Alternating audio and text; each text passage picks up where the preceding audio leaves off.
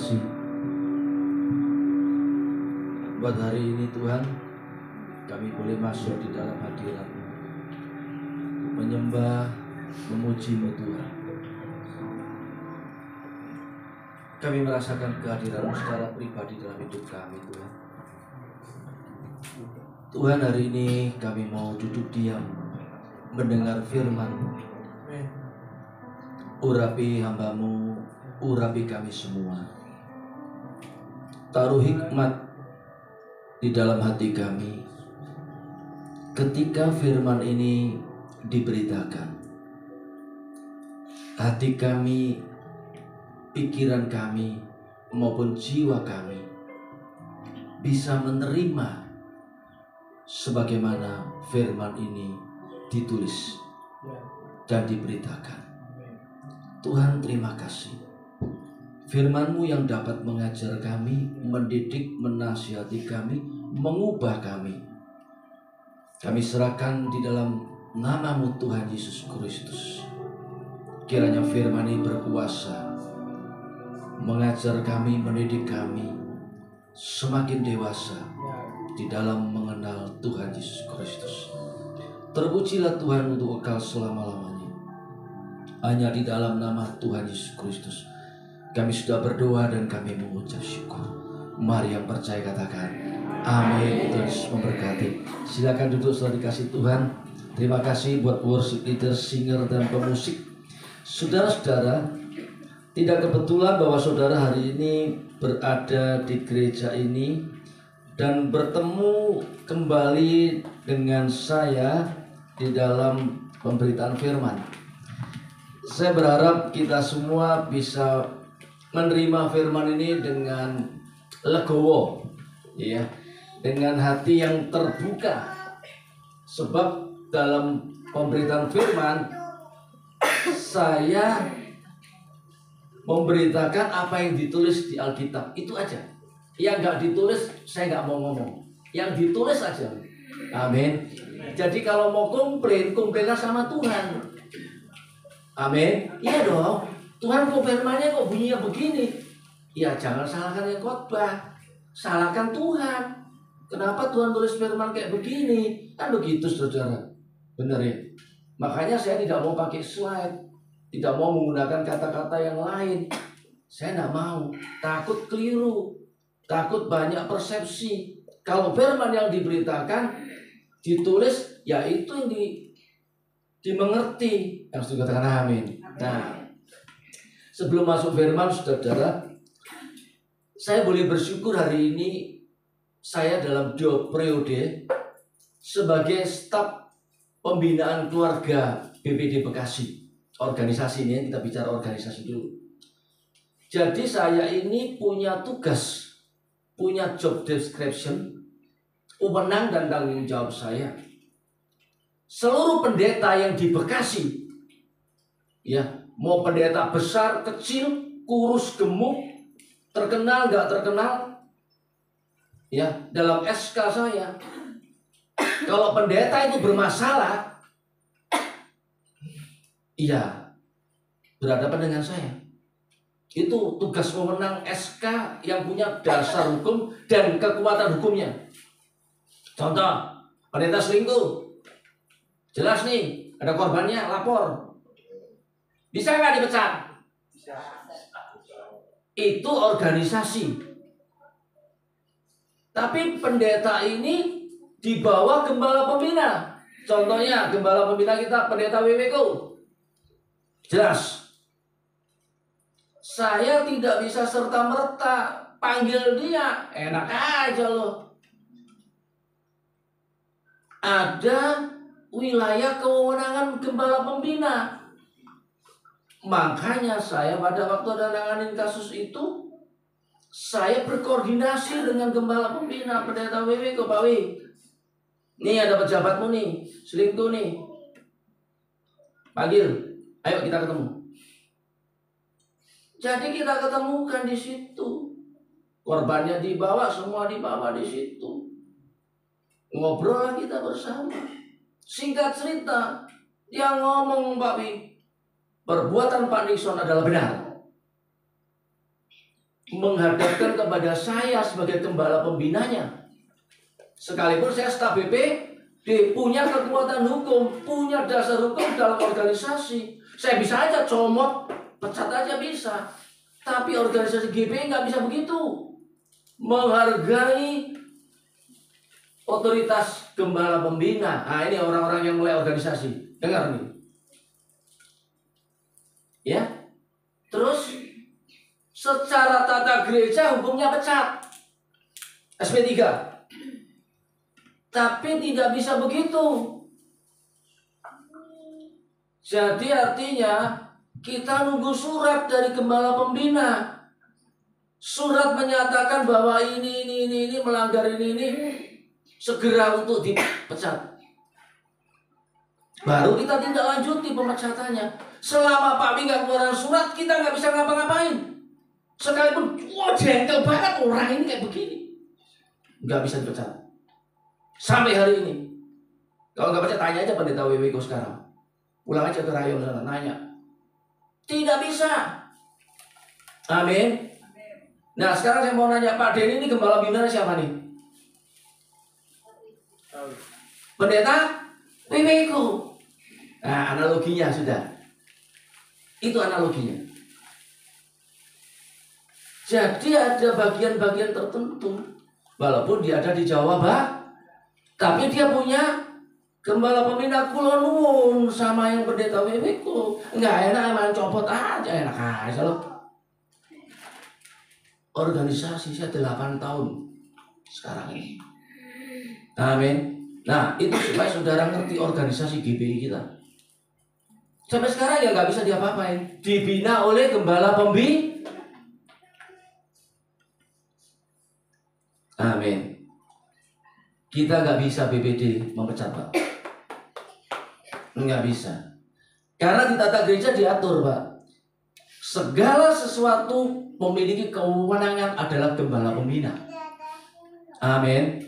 Ingat, gembala pembina punya otoritas penuh terhadap pendeta yang di bawahnya. Penuh. Sehingga ada lawan.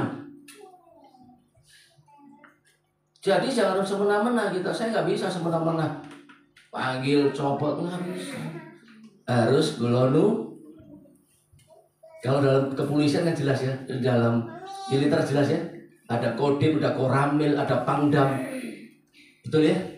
Jelas. Nah hari ini saya ingin berbicara tentang sedikit yang dikatakan Pak Niko tentang P-Dalet.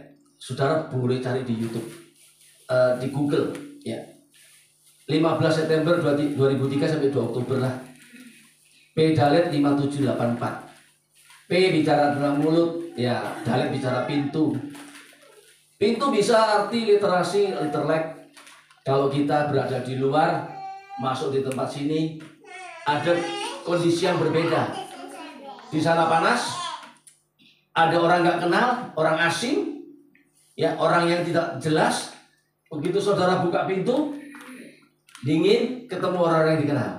Nah, itu bicara tentang pintu adalah sebuah gerbang kita masuk dalam dimensi tertentu, di dalam komunitas tertentu. Ini pintu, arti harafiahnya. Seringkali Yesus menggunakan metafora, akulah pintu, betul ya? Nggak bisa siapapun harus melalui pintu. Nah seringkali kita ngomong pintu keselamatan, pintu pertobatan, pintu berkat, pintu banyak hal. Itu bicara tentang metafora. Saya nggak bicara soal itu, tapi saya mau bicara begini saudara.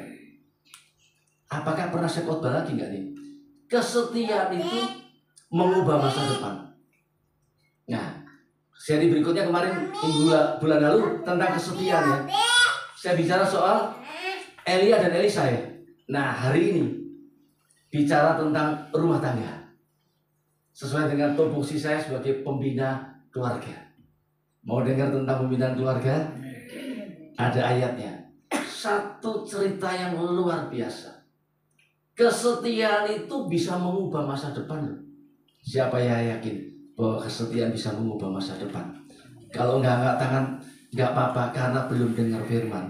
Nanti setelah dengar firman, tahu bahwa kesetiaan itu bisa mengubah masa depan kita. Amin. Mari kita buka.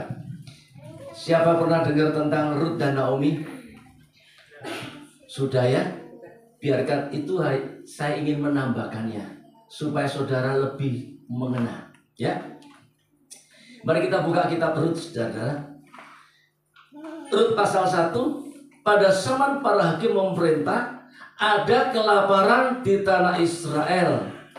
Lalu pergilah seorang dari Bethlehem Yehuda beserta istrinya dan kedua anaknya laki-laki ke daerah Moab untuk menetap di sana sebagai orang asing. Nah, saudara pernah baca tentang Moab? Siapa yang pernah baca tentang bangsa Moab? Mengerti siapakah bangsa Moab itu? Nah, kita buka dulu ya, supaya latar belakangnya tahu. Saudara-saudara, di dalam Kejadian 19 ayat 37 dibuka, tolong dibacakan. Kejadian 19 ayat 37. Kita tahu nanti siapakah Moab itu, ya. Saya bacakan Kejadian 19 ayat 37. Yang lebih tua melahirkan seorang anak laki-laki dan menamainya Moab. Dialah bapak orang Moab sekarang. Nah, kalau saudara baca sebelumnya, itu kisah tentang Lot. Lot punya 2 anak gadis, ya tak? Anak gadisnya ini punya inisiatif. Gimana ini gak punya keturunan kita, ini habis lah. Wes, kita kasih minum bapak kita anggur, biar dia mabuk, nanti kita tidur bersama dengan orang ayah kita. Nah, yang laki-laki, yang pertama, wanita pertama, akhirnya tidur dengan ayahnya, melahirkan siapa? Berarti Moab bangsa yang dikutuk Tuhan, bangsa yang tidak berkenan. Perkawinannya adalah perkawinan sumbang, betul ya? Ayah dan putrinya nikah, lahirnya Moab. Makanya Moab itu bangsa yang dikutuk Tuhan, bangsa yang tidak berkenan. Ngawur kan? Betul ya? Berarti kita tangkap dulu bahwa Moab ini bangsa yang nggak benar dulu nih, karena hasil pernikahan dari Lot dan putrinya. Betul ya? Kembali lagi. Nah, nama orang itu Elimelek, nama istrinya adalah Naomi. Nama kedua anaknya Mahlon dan Kilion. Semuanya orang Efrata dari Bethlehem Yehuda. Dan setelah sampai ke daerah Moab, diamlah mereka di sana. Kemudian matilah Elimelek, suami Naomi, sehingga perempuan yang tertinggal kedua anaknya. Keduanya mengambil perempuan Moab, yang pertama bernama Orpa, yang kedua bernama Rut, dan mereka diam di situ kira-kira 10 tahun lamanya. Jadi begini, Naomi dan Elimelek orang Israel, bangsa pilihan Tuhan nih, iya tak? Elimelek mati, ternyata Mahlon dan Kilion kok bisa nikah dengan Moab, bangsa Orpa dan Rut. Sebenarnya Rut dan Orpa ini dia tidak mau dilahirkan dalam satu bangsa yang dikutuk Tuhan, iya toh? Berarti kalau satu suku bangsa Moab ini dikutuk Tuhan karena perkawinan sumbang, perkawinan yang gak benar, Rut dan Orpa ikut gak dalam alur itu? Dosa warisnya ikut dong, ikut ya. Nah, sekarang dalam aplikasi, kalau saudara pilih mantu nih, pilih yang bibit bobotnya yang bener ya, mau gak? Pilih mantu yang bapaknya korupsi, bapaknya bekas garong, ya, bekas, ya pokoknya keluar dari penjara, yang masa depannya nggak baik. Mau kira-kira saudara? Nggak mau ya? Yang mau punya mantu yang kayak gitu. Siapa yang mau angkat tangan? Semua orang tidak maunya bibit bobotnya yang bagus dong, wajar. Tapi Alkitab ini ngajar buat kita, Bangsa Israel, bangsa yang berkenan, bangsa umat pilihan Tuhan, kok ya disuruh kawin dengan orang Moab? Apakah Naomi dan Elimelek tidak tahu? Dia tahu siapakah Orpa dan Rut. Amin. Tapi rencana Tuhan itu luar biasa. Kita mau fokus dalam dua ini, Orpa dan Rut. Saya tidak akan baca cerita ini terus-menerus. Saudara baca di rumah. Saya ingin memberikan intisarinya. Setelah mereka meninggal, Malion dan Kilion, Elimelek meninggal, berarti di rumah ada tiga janda ya. Orpa dan Rut punya kebebasan untuk menikah lagi. Alkitab mengajarkan mau memisahkan boleh nikah. Nah, dalam perjalanan dia menuju ke tanah kelahiran Naomi, kembali ke Israel. Naomi sebagai mertua, dia ngomong begini, Orpa dan Rut, pulanglah ke bangsamu sana, menikahlah kembali. Aku nggak mau. Orpa nggak mau. Rut nggak mau. Kenapa kamu menunggu? Sekiranya aku ini punya anak dan aku menikah lagi, anak ini sampai besar, nggak mungkin akan bisa menjadi suamimu kembali. Betul ya? Ini bicara tentang kesetiaan. Saudara baca alurnya di rumah. Kalau saya baca, tidak selesai jam 5 sore dan selesai. Ya, singkat cerita, ketika dalam proses perjalanan waktu tadi, sampai 3 kali Naomi menawarkan kepada Orpa dan Rut yang sama. Ayo pulanglah, nikahlah. Betul ya? 3 kali, nikahlah ke bangsamu sana loh. Udah, aku ini kan biar aku pulang kepada bangsaku sendiri. Biarkan aku sendiri. Di dalam perjalanan tadi, saudara-saudara, saya ingin lompat saudara di ayat ke-12. Pulanglah anak-anakku, pergilah, sebab sudah terlalu tua aku untuk bersuami. Seandainya pikirku ada harapan bagiku, sekalipun malam ini aku bersuami, bahkan sekalipun aku masih melahirkan anak laki-laki. Masakan kamu menanti sampai mereka dewasa? Masakan karena itu kamu harus menahan diri yang tidak bersuami? Janganlah kiranya demikian anak-anakku, bukanlah jauh lebih pahit yang aku alami daripada kamu, sebab Tuhan teracung terhadap aku. Menangislah mereka dengan suara yang keras.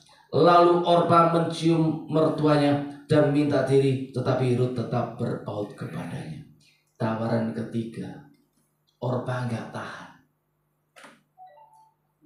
Dia mencium tangan mertuanya, dia pulang, pergi. Bukankah seringkali kesetiaan kita diuji? 1 kali tetap setia, 2 kali tetap setia, 3 kali mulai ragu-ragu, 4 kali mulai ngambil ancang-ancang, 5 mulai keluar dari gereja. Orpa dan Rut sebenarnya memiliki kesempatan yang sama untuk menikah dia. Tetapi lihat, komitmen Rut luar biasa. Kita teruskan ya. Nah ini di ayat 15. Berkatalah Naomi, telah pulang iparmu kepada bangsanya dan kepada Allahnya. Pulanglah mengikut iparmu itu. Naomi ngomong, itu loh Orpa, iparmu kan sudah pulang nikah. Kenapa kamu pulang sana loh? Nah teruskan ya di ayat 15. Tetapi kata Rut, janganlah dosa aku meninggalkan engkau dan pulang dengan tidak mengikuti engkau, sebab kemana engkau pergi, ke situ juga aku pergi. Di Dan di mana engkau bermalam, disitulah juga aku bermalam. Bangsamulah bangsaku, Allahmulah Allahku. Jangan mendesak aku. Hebat nggak itu integritasnya Rut? Dia punya kebebasan untuk nikah. Amin. Saudara punya kebebasan beribadah. Nggak ada yang larang. Mau pergi silakan. Mau bergereja silakan. Tapi ingat, dari peristiwa ini, apa yang bisa dipetik? Ketika Rut, saya mengatakan dalam pintu Pedalet, Rut ini memasuki satu pintu bangsa Moab. Dia nggak ingin lahir di bangsa Moab, bangsa yang dikutuk Tuhan, betul ya?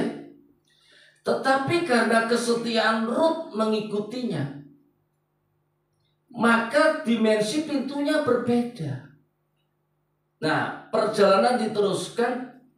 Rut pulang bersama Naomi di Israel. Ketemulah saudaranya Naomi bernama siapa? Boas. Siapakah Boas itu? Konglomerat. Dia seorang pengusaha sukses. Saudara baca nanti kisahnya lagi. Pengusaha gandum yang sukses, anggur yang sukses, dia Boas itu. Nah, karena ketemulah pada waktu panen, pekerjanya Boas mengirit gandum. Si Rut ini mengambil dari sisa remah-remahnya. Ketemulah Boas, Rut dan Boas. Nah, dari pertemuan itu Boas jatuh cinta dengan Rut. Kenapa bisa jatuh cinta? Padahal Rut ini bangsa Moab loh. Boas tahu siapa ini janda nih. Alkitab nggak membuka secara gamblang. Kalau saya tafsirkan bebas keluar dari konteks, kemungkinan besar Naomi cerita tentang Rut kepada betul nggak? Pasti cerita dong. Ini loh mertuaku, mantuku, ini setia loh. Udah saya usir 3 kali loh. Suruh pulang loh ke bangsa Moab. Sampai 3 kali gak mau loh. Sampai dia terakhir mengatakan jangan desak aku loh. Aku mau ngikuti Naomi. Kemana kau pergi, kau bermalam aku di situ. Aku ngikut. Bangsamu bangsaku, Allahmu Allahku. Saya yakin Naomi memberikan informasi kepada Boas. Kira-kira Boas punya gak pilihan untuk menikahi gadis-gadis Israel yang lebih cantik? Lebih terhormat? Bisa nggak? Konglomerat, orang kaya, orang sukses, dia bisa pilih siapa saja, betul? Tapi kenapa engkau milih Rut? Saya renungkan dalam-dalam ini, loh kok iso Tuhan, kok bisa?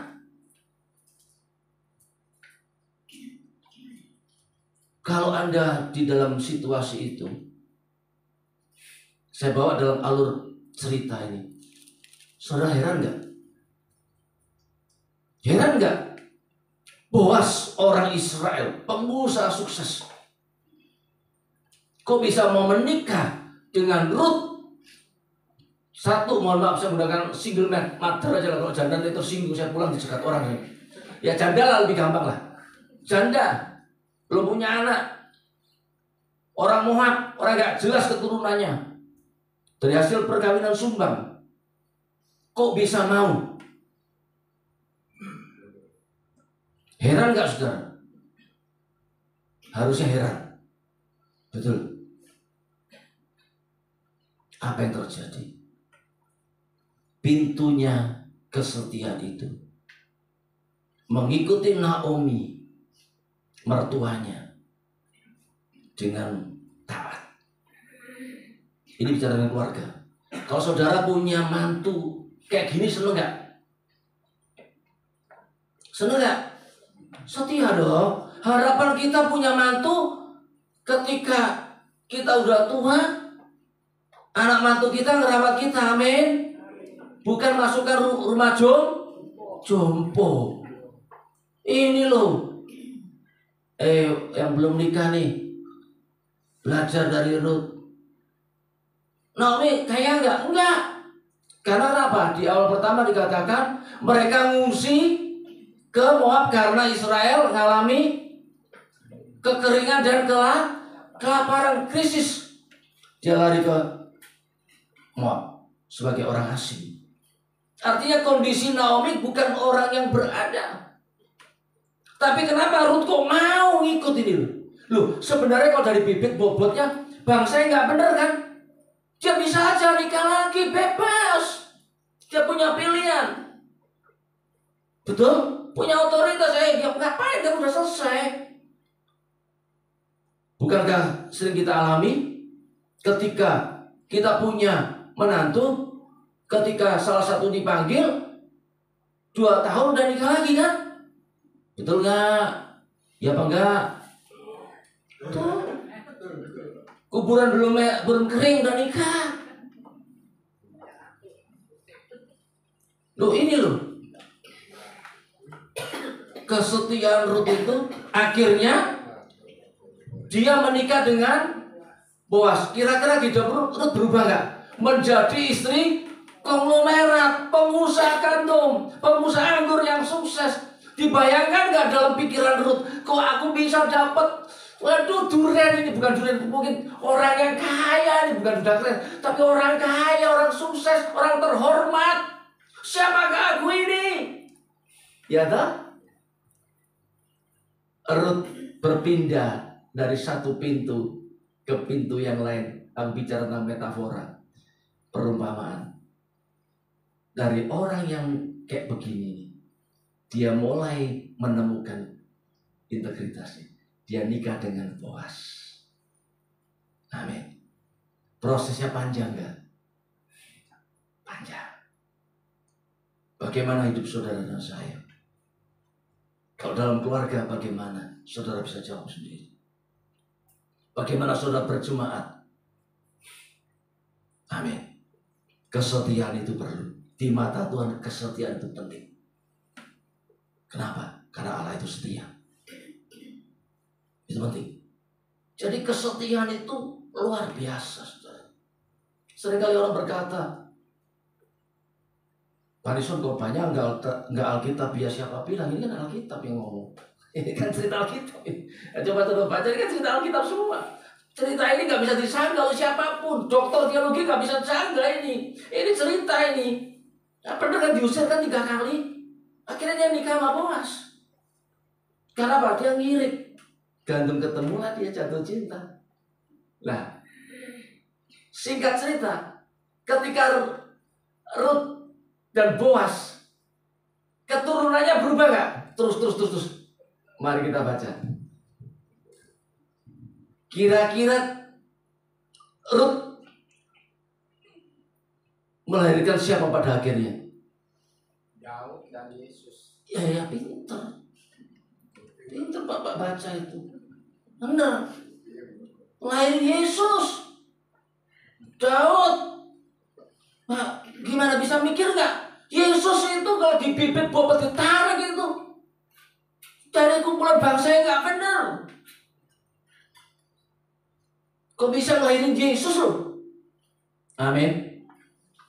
Makanya sudah dikasih Tuhan. Kesetiaan itu luar biasa. Ruth itu bisa diubah, ngelahirin punya istilahnya itu nenek buyutnya Yesus. Amin.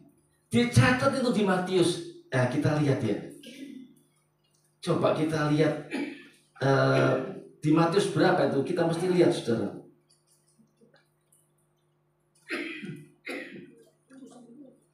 Matius, saya masih ingat itu silsilah Yesus itu. Matius pasal 1. Nah, coba kita lihat ya supaya saudara nangkep nih. Saya pernah baca sekilas itu. Begitu silsilah saya agak begitu konsen.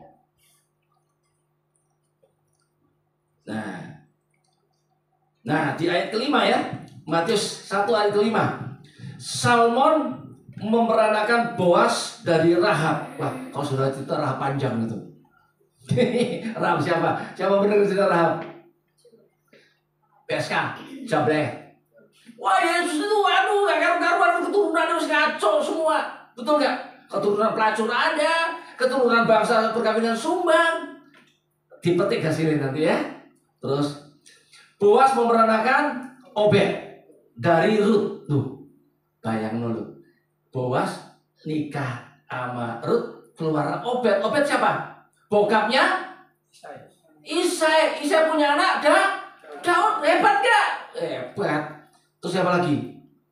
Nah, seterusnya akhirnya memperanakan Yesus. Jadi artinya apa yang dipetik dari pelajaran ini? Dari Rut yang bangsa yang gak benar dikutuk Tuhan, melalui kesetiaan Rut lahirlah generasi yang luar biasa. Saudara mungkin hari ini merasa, aduh aku udah orang yang bejat, aku udah orang yang gak berguna, aku udah orang yang di masa lalu gelap. Ingat hari ini, ketika engkau setia dan anakmu setia, percayalah, lambat laun Tuhan memperbaiki, mengubah masa depan itu menjadi lebih baik. Amin. Tuhan tidak pernah malu. Dia dimasukkan dalam, ini kan silsilah Yesus ya. Malu gak Yesus? Saudara malu gak kalau punya, misalnya begini, anak saudara menjadi orang yang kaya, nih terkenal. Terus ditanya, mamanya dulu kan pelacur. Kira-kira saudara mau gak masukkan ke kartu keluarga? Diakui gak? Jujur. Tidak diakui. Betul nggak? Bener nggak itu? Tergantung ya. Betul, tergantung. Tapi banyak kan nggak mau mengakui ya. Malu kan? Kalau dia menjadi orang terhormat, orang kaya, orang terpandang, terus ditelisik keluarganya. Loh, nah mamanya bekas pelacur. Jangan-jangan nanti ini lahir pelacur. Seringkali kita memberikan justifikasi, penghakiman di awal. Kita tidak boleh dalam kapasitas itu. Makanya lihat Rut ini. Saya percaya Rut juga dibully ketika nikah dengan Boas. Ini Alkitab tidak ada, nggak ditulis. Nanti naik ke surga tanya, nggak ditulis. Tapi saya yakin bahwa itu pergumulan besar. Pernikahan Boas dan Rut itu pernikahan yang besar itu. Itu heboh itu. Dan yang paling penting, Yesus tidak malu kalau dari keturunannya ada PSK, si Rahab pelacur. Dari bangsa yang dikutuk dari Moab, Yesus tetap memasukkannya sebagai silsilah keluarganya. Yang saudara, amin. Yesus tidak melihat masa lalu saudara. Saya kasih tahu. Yang Yesus lihat dalam masa sekarang ini dan masa yang akan datang. Amin. Makanya mulai hari ini sudah dikasih Tuhan. Masa depanmu yang gelap, yang bejat, yang gak karu-karuan, bisa diubah melalui anak-anak kita. Yang suka katakan amin. Bisa gak diubah? Bisa. Tapi diajarkan anak itu menjadi setia. Setia kepada Tuhan. Setia kepada orang tua. Setia kepada gereja di mana dia digembalakan. 3 kesetiaan ini mengubahnya.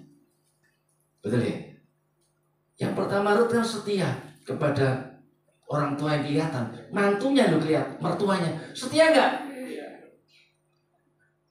Setelah dia bisa setia kepada mertuanya, baru dia ngomong, Allahmu adalah Allah. Moab beda agama enggak? Beda kan? Moab bangsa penyembah berhala. Nah, kok bisa dia langsung mempunyai statement bahwa Allahmu, Allahnya Israel, Naomi, menjadi Allahnya dia? Kok bisa dia ngomong begitu? Karena dia lihat kesetiaan Naomi dan Rut mengikutinya, menjadi patternnya dia. Ya, setelah kesetiaan dia melihat secara hubungan manusia, mertua dan mantunya, baru dia bisa setia kepada Tuhan yang tidak kelihatan. Bener gak nih? Ya kan? Jadi jangan ngomong aku setia sama Tuhan dulu. Enggak. Bohong. Kalau nggak pernah setia dengan yang kelihatan, gimana setia kepada yang nggak kelihatan? Nah, bohong, nggak ada itu. Nggak ada rumusnya, nggak ada dalilnya. Ini betul. Betul nggak? Keluar statement, Allahmu adalah Allahku, bangsamu adalah bangsaku. Itu kan sebuah statement yang luar biasa kan? Kenapa bisa orang Moab penyembah berhala yang nggak mengenal Tuhan bisa mengeluarkan statement seperti itu? Kalau dia nggak melihat teladan daripada si Naomi. Naomi dalam sejarah nggak pernah nikah lagi setelah Elimelek meninggal. Dan ingat, saudara, Orpa hilang dari Alkitab sejak Rut, nggak ada lagi. Tapi nama Rut selalu diingat di dalam silsilah Yesus, baik dalam perjanjian lama maupun dalam perjanjian baru ditulis namanya Rut. Hebat nggak? Saudara mikir nggak? Dari bangsa yang kayak gini loh, kok bisa masuk dalam silsilah Yesus? Ini harga yang luar biasa. Rut nggak nyangka dia bisa menemukan suaminya Boaz. Nggak nyangka dia. Dia nggak ada motivasi, karena Naomi kan orang nggak punya, nggak ada motivasi. Dia pokoknya ngikut, makanya berjemaat itu harus motivasinya harus murni, amin. Harus murni, katakan amin. Ya, sincerity, harus tulus. Amin. Ikut Tuhan itu kayak gitu. Bisa setia, bisa tulus terhadap di mana saudara digembalakan, baru bisa setia dan tulus kepada Tuhan. Bener gak nih? Loh, gak percaya. Amin. Betul gak? Iya. Nah, akhirnya sudah dikasih Tuhan. Firman ini saya khotbahkan di gereja manapun tentang kesetiaan ini. Dan banyak orang dijamah Tuhan. Minggu lalu saya khotbah di tempatnya Pak Ahok, bicara tentang Rut dan Naomi. Bicara tentang hal ini. Banyak orang dijamah Tuhan. Banyak orang mengerti, oh iya ya, kesetiaan itu mengubah masa depan kita. Dan Tuhan tidak lihat siapakah diri kita di masa lalu. Dan yang paling terakhir, saudara jangan pernah malu kalau pada silsilah keluarga saudara ada sesuatu yang mungkin, katakan bekas perampok, bekas penjahat, bekas napi, mungkin bekas pelacur. Jangan pernah malu. Amin.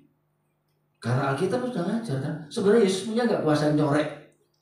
Wah, jangan dimasukin itu. Makin malu lah. Nanti kalau dibaca Pak Denny, dibaca Pak Nixon, dibaca jemaat di GBI Kristus Sejati, kan konsepnya bisa beda nggak? Kalau orang nggak didalami, bisa beda nggak? Yesus, Tuhan kan harusnya, Tuhan kan Maha Kudus. Tuhan kan harusnya Maha Kudus. Kenapa kok harusnya? Kan ada silsilah yang orang-orang terhormat. Makanya orang Farisi, orang Saduki nolak Yesus. Kenapa? Keluar dari konteks. Dia menginginkan Mesias itu lahir dari kerajaan. Betul nggak? Jadi anak seorang raja. Karena di dalam nubuatan ditulis kitab para nabi bahwa akan datang seorang raja. Bayangannya dia lahir putra mahkota dari kerajaan Israel yang penuh dengan kemewahan, penuh dengan kegagahan. Lah, aku lahirnya di kandang domba. Betul ya? Orang Farisi, Saduki, orang nggak bisa terima. Betul nggak? Nggak bisa, nggak ngaku, itu bukan Mesias. Mesias harus lahir raja, minimal dari orang-orang keturunan rabi. Betul ya Pak ya? Dari orang-orang keturunan rabi. Yesus tidak. Justru Yesus mengajar dia lahir di kandang domba. Mereka nggak ngakui. Seringkali kita kan begitu. Kalau punya mantu miskin nggak diakui. Tapi kalau punya mantu kaya diakui di jempol-jempol. Betul nggak? Nah, betul ya kan? Makanya sudah dikasih Tuhan. Begini terakhir, mantu Kaya dan miskin yang kaya tidak menjamin kebahagiaan dalam rumah tangga. Enggak mungkin. Yang menjamin adalah orang yang takut tuh. Iya, bener nggak? Tuh, setuju nggak? Tapi memang perlu orang yang sukses mapan itu memang wajar, mah. Siapa sih nggak mau pilih mantu yang mapan ya Pak ya? Tapi ingat, saya mau terakhir kesaksian. Pada waktu saya masih bujang, saudara, saya jatuh cinta dengan sekarang istri saya. Saya ngomong begini, kalau kamu mau jalan dengan saya adalah orang yang tidak punya masa depan. Tanya istri saya. Saya adalah orang yang tidak punya masa depan. Betul. Saya hidup dalam kemiskinan, hidup dalam obat-obatan, minum, saya tidak punya masa depan. Saya bekerja. Tapi kalau kamu mau jalan dengan saya, hari ini aku berhenti. Berhenti, total. Ya, aku mau. Hebat ya istri. Berhenti total. Nggak ngobat, nggak minum, nggak judi, nggak main cewek. Stop, total. Berhenti. Singkat cerita, tahun 92 saya menikah. Nikah nggak punya duit, Pak. 7 tahun pacaran. Ini kesetiaan istri saya. Nah, 7 tahun. Mertua mendesak, ini 7 tahun gimana sih bawa anak orang mondar mandir gak dinikahin, gak ada statusnya, di PHP terus gak ada status, hubungan tanpa status. Akhirnya saya ngomong, saya mau menikah tapi punya duit 600.000. Sudah, jadi nikah deh. Kalau kamu ya usah nikah. 600.000 nih. Nikah di rumah aja, undang orang kampung aja, cukup. Keluarga aja, baju pinjem, sepatu ada, celana dalam punya saya, baju ada. Ini Mesir, ini kehidupan saya ini. Ini bisa ditanya. Ini saya nggak bohong, benar. Ya sudah, nikah sudah, nekat. Istri saya juga nggak tahu kenapa, kok bisa punya iman kayak gitu, kok mau. Saya kan orang terbuka. Kok zaman sekarang kan cowok gengsi dong. Sekalipun dia kontrak yang kumuh pun nggak mau kalah, motornya Ninja men, betul ya? Handphonenya S2 3, cicilan belum lengkap nggak masalah, S2 3. Wah, sepatunya sneaker, iya kan? Hebat pokoknya. Sekalipun kontrak di kontrakan yang kumuh Pak, tapi motornya Ninja untuk buat pamer sama sang pacar. Seringkali cewek kecewa. Saya kasih tahu anak-anak muda, cewek itu nggak mau dibohongi. Cewek itu suka terus terang, harus juga terangnya. Itu cewek yang bener. Kalau cewek matre memang perlu dibohongin. Singkat cerita, saya nguji kan, bener Pak, saya nggak punya Pak. Dalam perjalanan waktu nikah tahun 92, hidup dalam kemiskinan, bla bla bla bla, wes pindah-pindah, lama-lama saya pindah di sebuah perusahaan perancis, bla bla bla, mulai tingkat mulai dibawa Tuhan jadi pendeta, jadi staf BPD, jadi gembala. Berarti pilihan istri saya tidak pernah salah. Amin. Dia waktu itu kok dia lihat saya, dia nangis. Saya tanya kenapa? Saya bercucuran air mata berdoa setiap hari supaya ada perubahan dalam hidup saya. Dan sekarang saya menjadi orang yang bertanggung jawab. Saya sayangi anak-anak saya. Amin. Makanya saudara ke situ. Kaya itu nggak jadi jaminan kebahagiaan. Tapi seringkali orang milih yang mapan ya wajar, itu manusiawi lah. Ya gak apa-apa lah. Tapi lihatlah, enak mana merintis bersama-sama dari nol, atau yang satu kaya, yang satu miskin. Kira-kira enak nggak? Gak enak. Saya kasih tahu, gak enak. Wanita, Kalau kau punya suami kaya, emangnya enak? Kaya. Iya. Bisa ada. Tapi kebanyakan saya punya kesaksian. Ya, saya punya kesaksian. Cerita kehidupan. Ini umum ya. Jadi seringkali kalau orang-orang yang punya kekayaan yang luar biasa dalam tradisi Chinese, itu biasanya mantu perempuan itu seringkali dipandang sebelah mata. Seorang Chinese dipandang sebelah mata. Seringkali ada banyak cerita-cerita itu. Ya ada banyak yang baik. Tapi sebagian besar kalau kita ambil secara umum, sebenarnya mereka tidak bahagia. Tetapi kalau dalam perintisan berjuang, ini adalah Alkitab. Kenapa Alkitab nulis, ingatlah istrimu di masa muda, bukan istri masa tua, atau istrimu muda, masa muda. Artinya kenapa?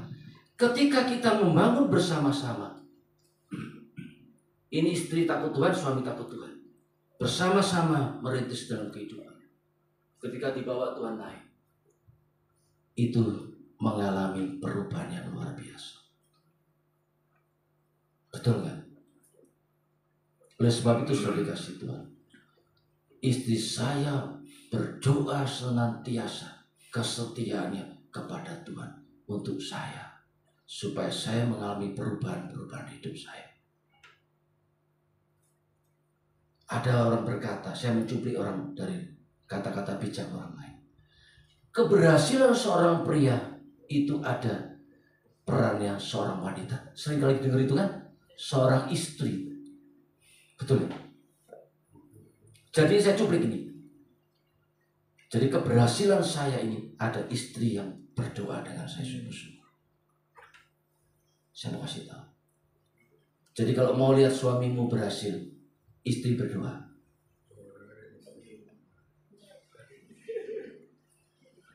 Benar.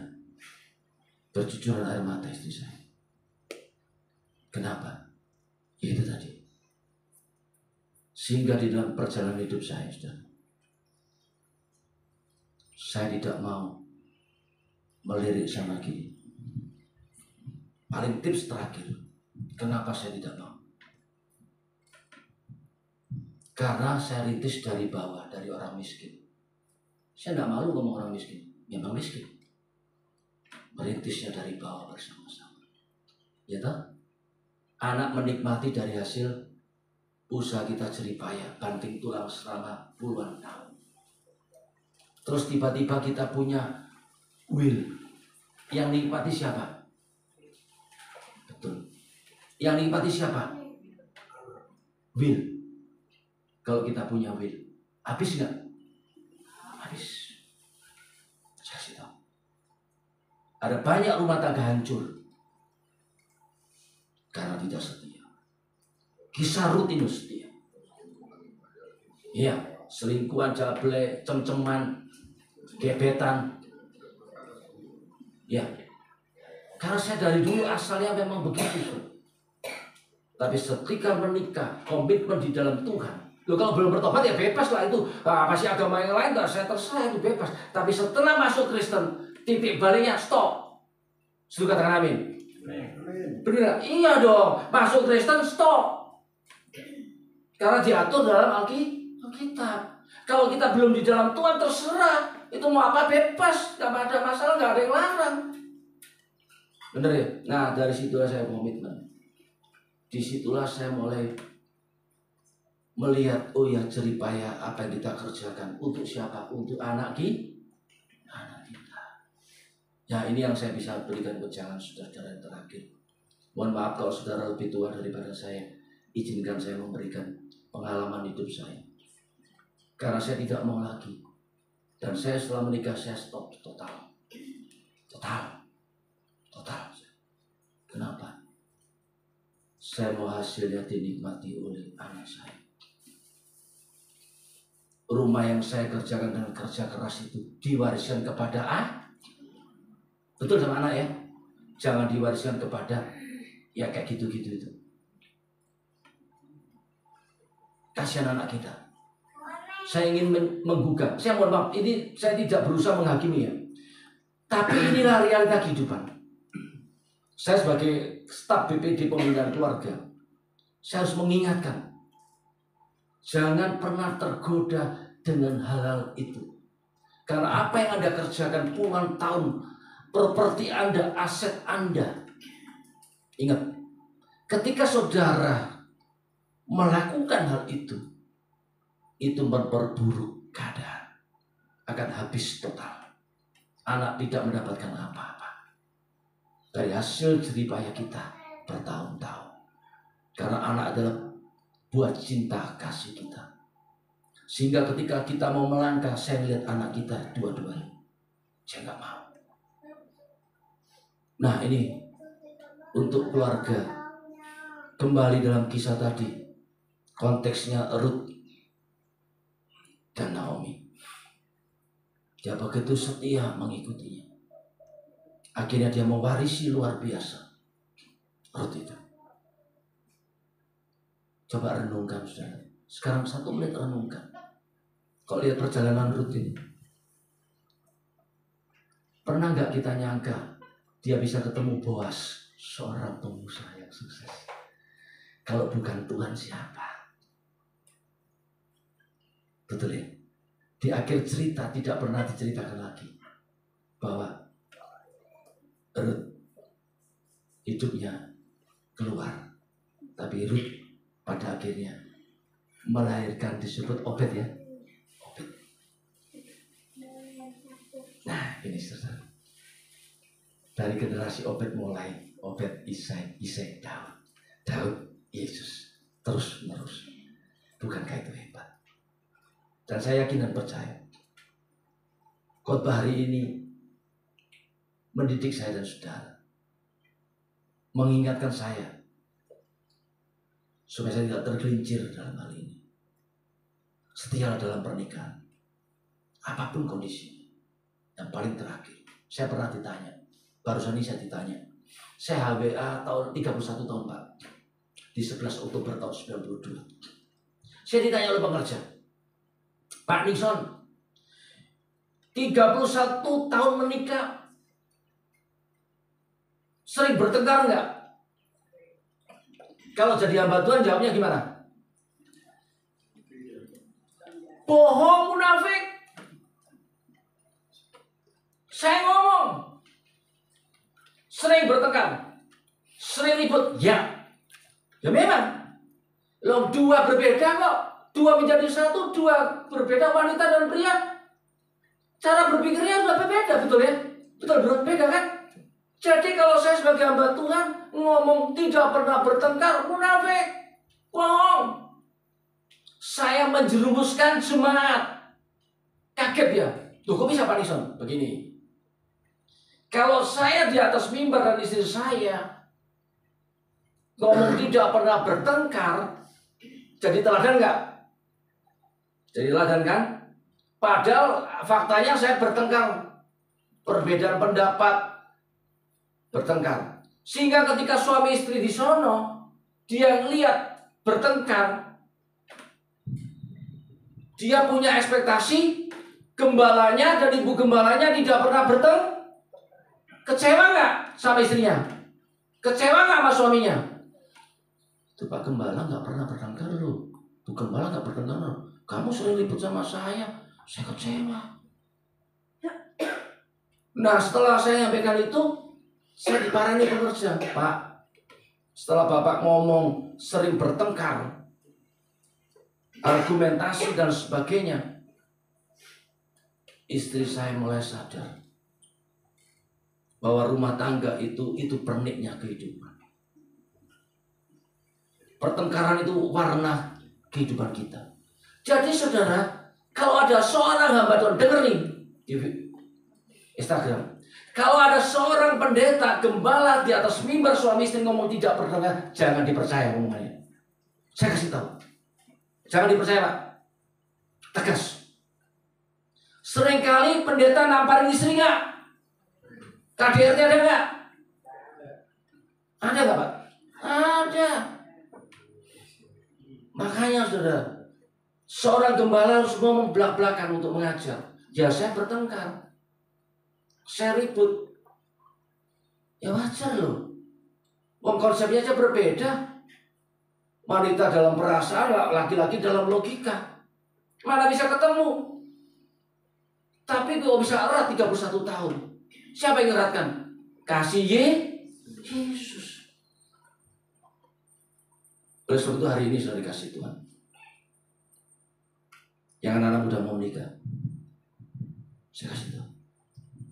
Jangan pernah seakan-akan everything is okay, Pak. Berbahaya dalam pernikahan itu. Istri diem aja, menjaga hubungan supaya diem, merasa lebih rohani, nggak pernah bertengkar, tapi ngempet. Suami juga begitu, selalu diam, tapi suami tetap ngempet aja, diem seakan-akan, wah suami saya penurut, suami saya itu orang yang baik, nggak pernah marah, tapi dia di sini beronggo. Akhirnya apa? Selingkuh. Bener pinter bapak ini jawabnya. Buat jujur. Nah iya, ya ini jujur. Loh, saya suka kejujuran. Jangan ngomong di bawah dalam doa, itu munafik. Karena tidak terselesai. Loh ya bener toh Pak. Nah kalau kita ribut, akhirnya kan ya udahlah, memahami, menyadari, akhirnya ketemulah. Siapa di sini suami istri yang tidak pernah ribut? Boleh angkat tangan? Enggak berani angkat tangan. Bapak sama istri kan ada beda-beda kan? Bapak ibu pernah nggak? Nggak pernah. Nggak pernah. Hebat sekali ya. Nggak pernah. Saya dengan istriku nggak pernah bertangkap. Hebat kali, perlu dicontoh nih. Yuk kita bangkit berdiri. Saudara dikasih Tuhan, mari. Jadi begini saudara, intinya kita jangan lihat masa lalu kita yang seperti gelap, ya masa lalu kita yang istilahnya orang ya nggak menghormati kita. Tapi ingatlah, kesetiaan itu mengubah hidup kita. Amin.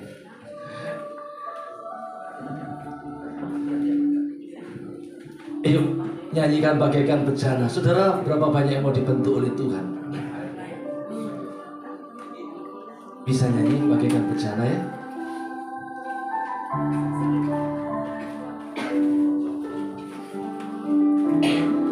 Bagaikan bejana siap dibentuk, demikian hidupku di tanganmu, dengan urapan kuasa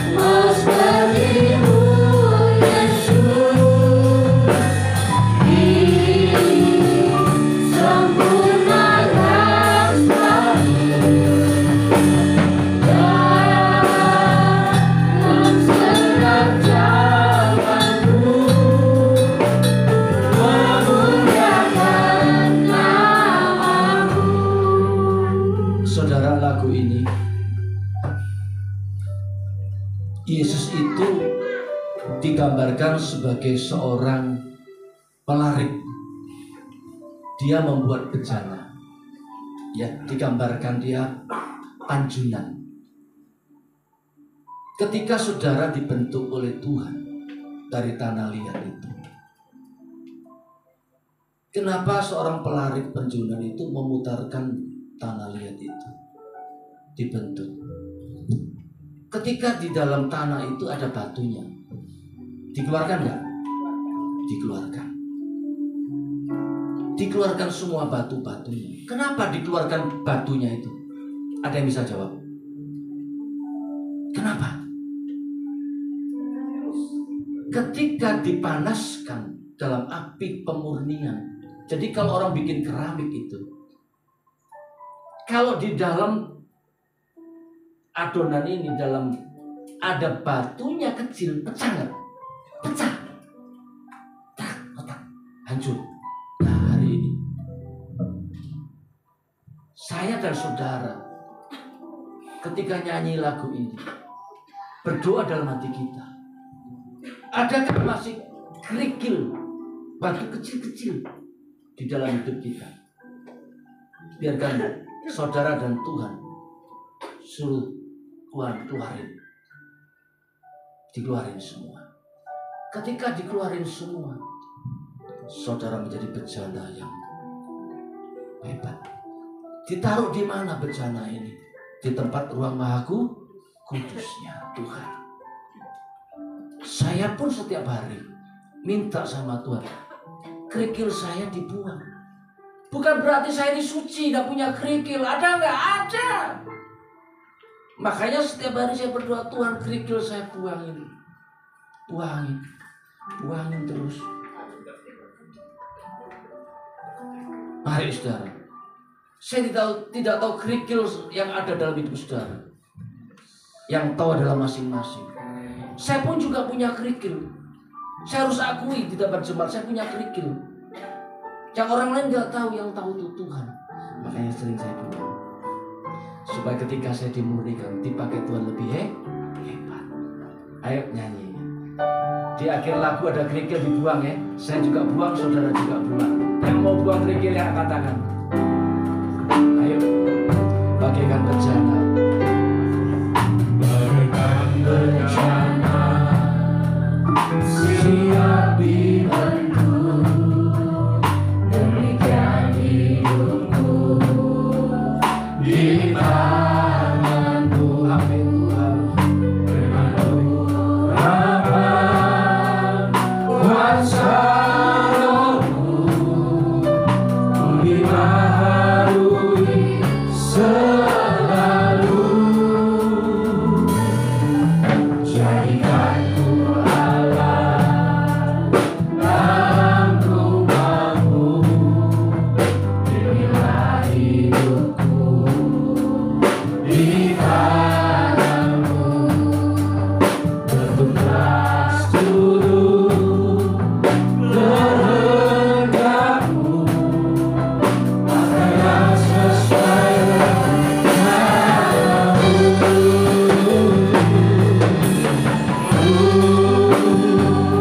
Mau seperti-Mu, Yesus, disempurnakan selalu. Dalam setiap jalanku,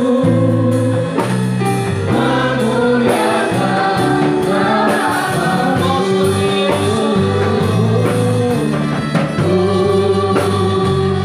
Mau seperti-Mu, Yesus, disempurnakan selalu. Dalam setiap jalanku, memuliakan nama-Mu. Memuliakan nama-Mu. Memuliakan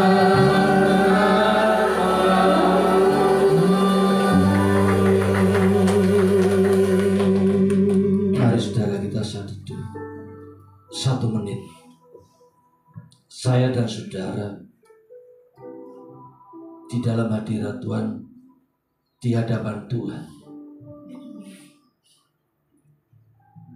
berkata kepada Tuhan, Tuhan, masih ada banyak kerikil dalam hidupku. Tuhan, aku tidak mampu keluarkan ini. Karena keegoanku, aku gak bisa keluarkan ini. Karena kesombonganku, karena kepintaranku, aku gak bisa keluarin ini. Ini menjadi hambatan dalam hidupku. Aku mau Tuhan. Aku berdoa, aku gak mampu Tuhan. Biar tangan Tuhan yang mampu mengeluarkan satu persatu kerikil-kerikil dalam hidupku. Saudara harus berdoa dan kita berdoa. Saya dan berdoa. Kerikil apa yang ada dalam hidup saudara, minta Tuhan yang membuangnya. Yang tahu saudara dengan Tuhan, saya tidak tahu saudara. Mari dengan sungguh-sungguh.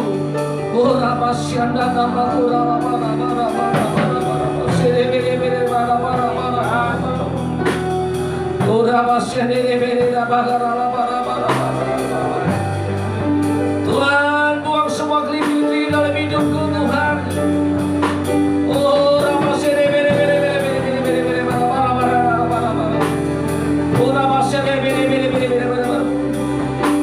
Kalau kau sungguh-sungguh, maka kau akan dipakai Tuhan menjadi bencana yang indah, sebagai alat yang luar biasa.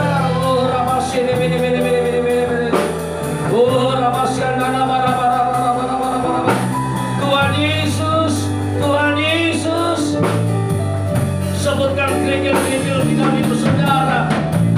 Berdoa supaya diangkat, dibuang oleh Tuhan dalam nama Yesus. Oh,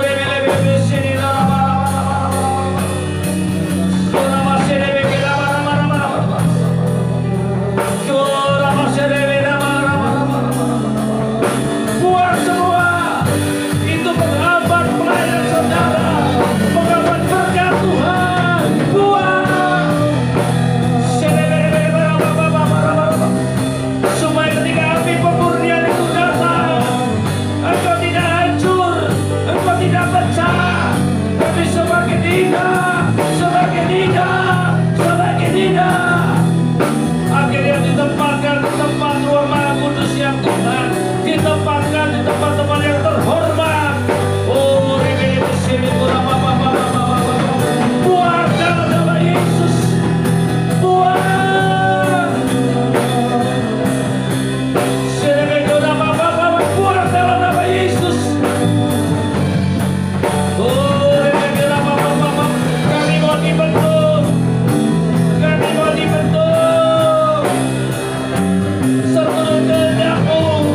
Kami mau dibentuk di gereja ini, kami mau dibentuk di gereja ini.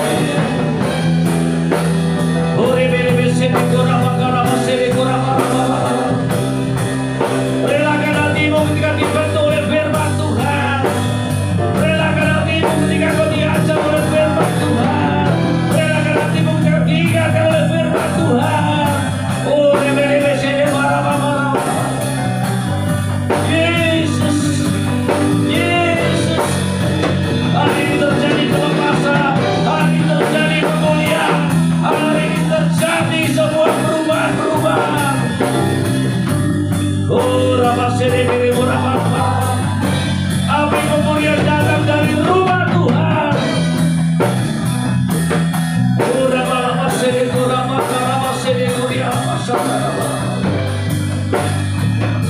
Yesus, Yesus, Yesus.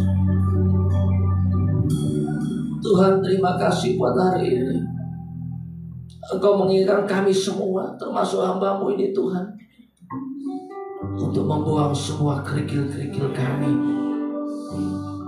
supaya kami dipakai Tuhan lebih dahsyat lagi, ditaruh di tempat yang terhormat, di tempat ruang Maha Kudusnya Tuhan, menjadi bencana yang mulia Tuhan. Tuhan, terima kasih buat firman-Mu, menegur kami, mendidik kami dengan keras.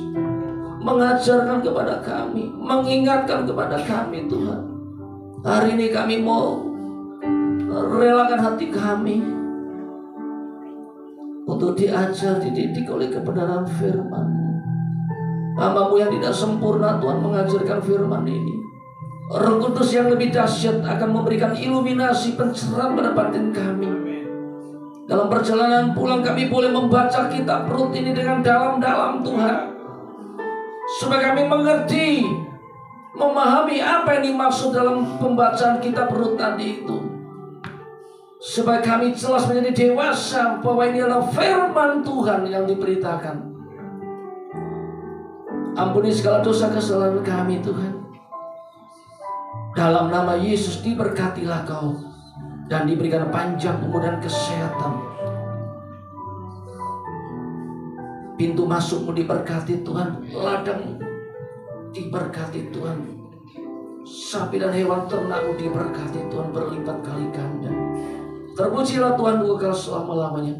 Dalam nama Yesus Tuhan kami sudah berdoa mengucap syukur. Amin. Mohon maaf terlalu panjang khotbah saya. Tuhan Yesus memberkati. Selamat duduk Bapak Ibu. Kita percaya kita diberkati oleh firman Tuhan. Amin. Terima kasih buat Bapak Pendeta Wilson, Bapak Pendeta Wilson yang sudah menyampaikan firman Tuhan. Dan sebentar kita akan mendengarkan pengumuman. Kami persilakan untuk yang menyampaikan pengumuman.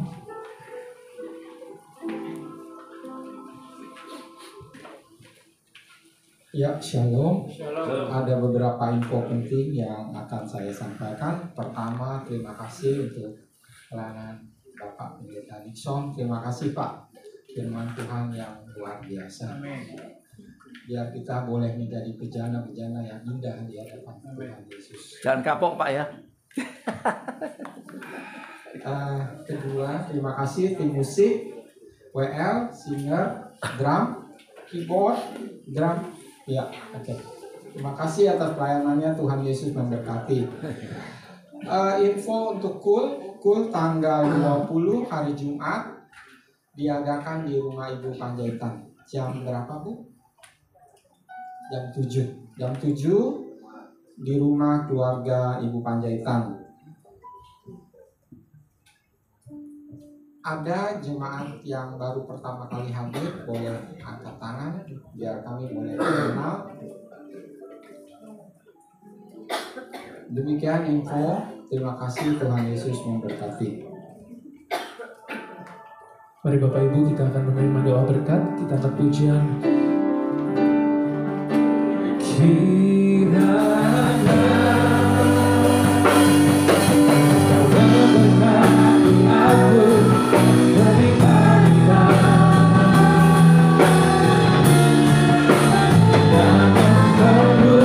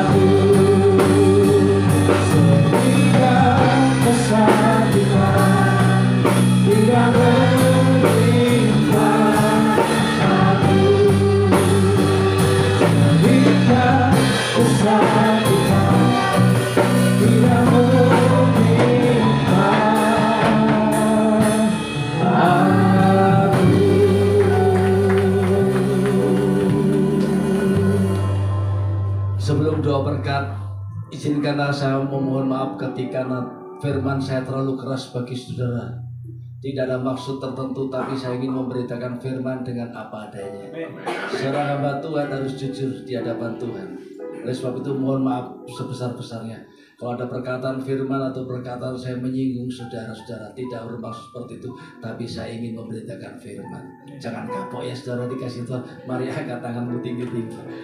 Pulanglah dan terimalah berkat daripada Allah Bapa Surgawi, cinta kasih Yesus Kristus Tuhan kita, persekutuan indah manis dengan Roh Kudus hari ini sampai dengan Maranatha. Ketika Tuhan menjemput kami semua di awan permai, hidup kami hidup yang diberkati Tuhan. Mari yang percaya katakan amin. Tuhan Yesus memberkati.